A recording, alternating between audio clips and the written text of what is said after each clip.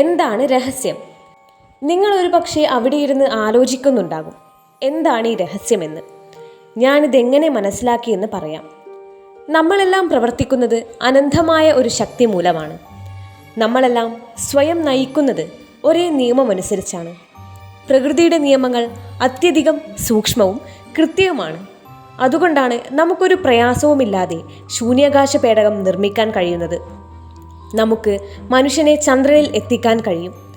അവിടെ ചെന്നിറങ്ങുന്ന സമയം നിമിഷാർദ്ധത്തിൻ്റെ കൃത്യതയിൽ നിർണ്ണയിക്കാൻ കഴിയും.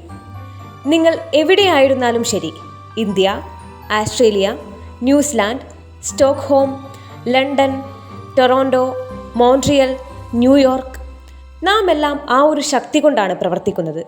ഒരൊറ്റ നിയമം, ആകർഷണ നിയമം. ആകർഷണ നിയമമാണ് രഹസ്യം. നിങ്ങളുടെ ജീവിതത്തിലേക്ക് വരുന്നതെല്ലാം നിങ്ങൾ ആകർഷിച്ചെടുക്കുന്നതാണ്. നിങ്ങളുടെ മനസ്സിൽ തങ്ങി നിൽക്കുന്ന ബിംബങ്ങൾ കാരണമാണ് അവ നിങ്ങളിലേക്ക് ആകർഷിക്കപ്പെടുന്നത്. നിങ്ങളുടെ ചിന്തകൾ, നിങ്ങളുടെ മാനസിക വ്യാപാരങ്ങൾ, അതിനെയാണ് നിങ്ങൾ നിങ്ങളിലേക്ക് ആകർഷിക്കുന്നത്. നിങ്ങളുടെ ഓരോ ചിന്തയും ഒരു യാഥാർത്ഥ്യത്തിൻ്റെ ഒരു ശക്തിയാണ്. ഈ ലോകത്ത് ജീവിച്ചിരുന്ന മഹാന്മാരായ ആചാര്യന്മാർ പറഞ്ഞു തന്നിട്ടുണ്ട്, ഈ പ്രപഞ്ചത്തിലെ ഏറ്റവും ശക്തമായ നിയമം ആകർഷണ നിയമമാണെന്ന്. William Shakespeare, Robert Browning, William Blake തുടങ്ങിയ കവികൾ അവരുടെ കാവ്യസൃഷ്ടികളിലൂടെ ഇത് പറഞ്ഞു. ലുഡ്വിഗ് വാൻ ബീഥോവനെ പോലുള്ള മഹാസംഗീതജ്ഞർ അവരുടെ സംഗീതത്തിലൂടെ ഇത് പ്രകടിപ്പിച്ചു. ലിയനാർഡോ ഡാവിഞ്ചിയെ പോലുള്ള ചിത്രകാരന്മാർ അവരുടെ ചിത്രങ്ങളിൽ ഇത് ആവിഷ്കരിച്ചു.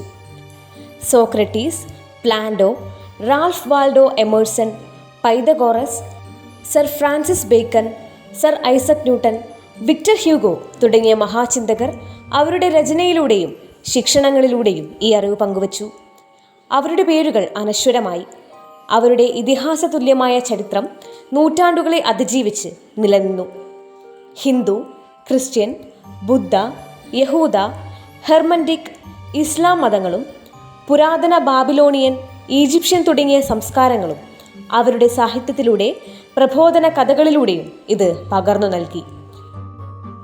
യുഗാന്തരങ്ങളിലൂടെ വിവിധ രൂപങ്ങളിൽ രേഖപ്പെടുത്തപ്പെട്ട ഇത് കഴിഞ്ഞ നൂറ്റാണ്ടുകളിലെ പൗരാണിക രേഖകളിൽ നമുക്ക് കാണാം.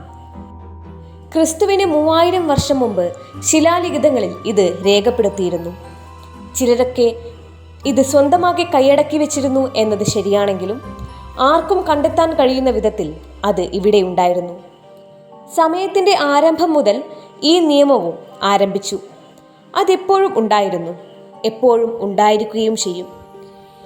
ഈ പ്രപഞ്ചത്തിൻ്റെ മുഴുവൻ ക്രമത്തെയും, നിങ്ങളുടെ ജീവിതത്തിൻ്റെ ഓരോ നിമിഷത്തെയും, ജീവിതത്തിൽ നിങ്ങൾ അനുഭവിക്കുന്ന ഓരോ കാര്യത്തെയും നിശ്ചയിക്കുന്നത് ഈ നിയമമാണ്.